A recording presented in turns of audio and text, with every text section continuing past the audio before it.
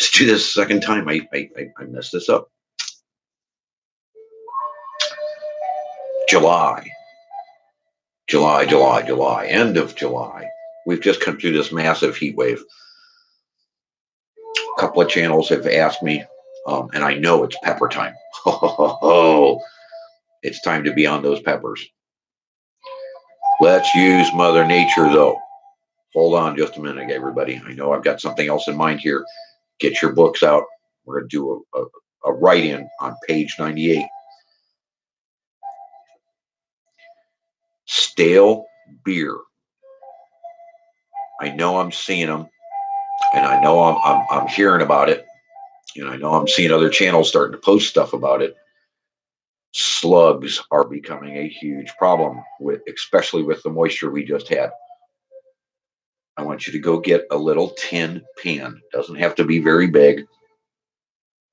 Can be the top of a screw off can or something. Nothing sharp edged. I like pie tins, just the cheap ones. Press it down into the soil right near your plants and pour in your stale beer, especially the nights we're not going to be having rain.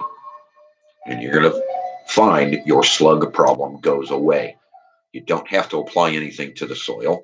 You don't have to apply anything to your plants. And believe it or not, as that stale beer goes flat and becomes staler and staler, and all the bugs are dead, laying in that pan, you can just dump it in the garden. It won't hurt it as long as it's stale. So a couple of day old beer dumped in the garden won't hurt anything. But you don't want your standing beer, fresh beer, right out of the can or bottle or whatever the cheapest is you can get your hands on. And nothing fancy. Beer. You know, white label says beer on it. Not local, not this, not, don't worry about, no. Beer. And watch the slugs swarm into the pan overnight. It's an amazing little trick. But we're at the end of July, everybody. We're starting to harvest stuff. We're starting to get some empty spots. So we want to add a few things. Again, page 98. Ready?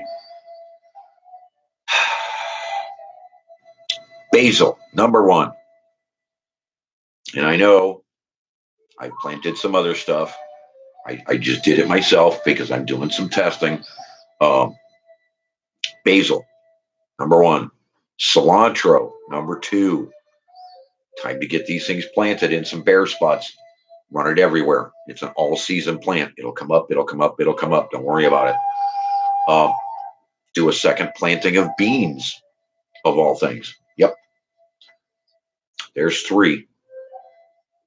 I got an odd one for you that likes the cool weather, but you can't start it in the garden or a greenhouse. Start it indoors. Cauliflower, you'll thank me. Trust me, you'll thank me. It likes the cool weather. When the thing is ready to transplant, get it out there and into the soil as it's cooling off. It does not like heat. It's one of those oddball plants. Cucumbers. I know. Trust me, you'll appreciate it. Those people that can out there, you'll love this one. Add that one to the list. Time to get some cucumbers in the ground. Where is that? That's number 5. Squash. Yep. Swiss chard too, by the way. That one I keep because it becomes another plant if you let it go to seed. Or they call it something else. I don't remember exactly, but Swiss chard. I got a twist here to add, but I'll give you that in a second. It's time for sweet corn. Sweet corn is a fast grower. It comes to germination quicker. You'll thank me. Get some sweet corn in the ground. Here, it's one of those weird ones, though. You want plant this in blocks, not in rows. So take a 3x3 and just dump a bunch of seed in it. You'll thank me. Um, the twist. It's different than what you're used to, but you'll love this one come fall. I know a lot of people are harvesting these things right now, so they're clipping things down. But if you follow the book, and you know what I mean by clipping things down, go right in next to your old watermelon plants and plant sugar baby watermelons. They have a yellow heart. They look a little bit different, but the flavor, so sweet, so perfect. Um, Great for drinks, great for eating, great for, and it'll be a fall plant. It's just one of those ones that, come on, just bear with me. Bear with me. I tell you that you can't leave the soil bare for any length of time. And this is one of those things. This is one of those ones that as it spreads out, it covers more soil, covers more ground. If you just took watermelons out, you want to put new ones in. That's the thing. So get your sugar babies in. This is the time for those little girls. They're incredible. So get some sugar babies in. Um,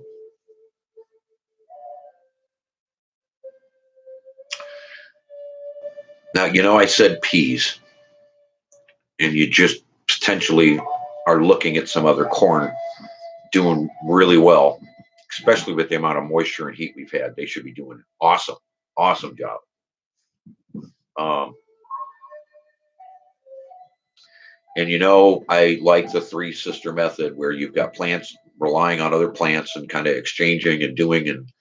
And you remember I just said peas, sunflowers, believe it or not, sunflowers. They'll be there in the fall. You can harvest them or leave them for the birds over the winter. Sunflowers, they'll help the peas. That's pretty much the list. Um, well, no, not really. Um, I'm not much in a flower bed. I unless it's the edible specifics, what have you. And I don't necessarily like doing this because of the garlic bed, so I don't run flowers. But it is zinnia time. It's time to plant zinnias. Remember, we have to keep the bees coming. We have to keep them fed. Um, this is one of those ones that will be feeding them in the fall as they're getting ready to go dormant.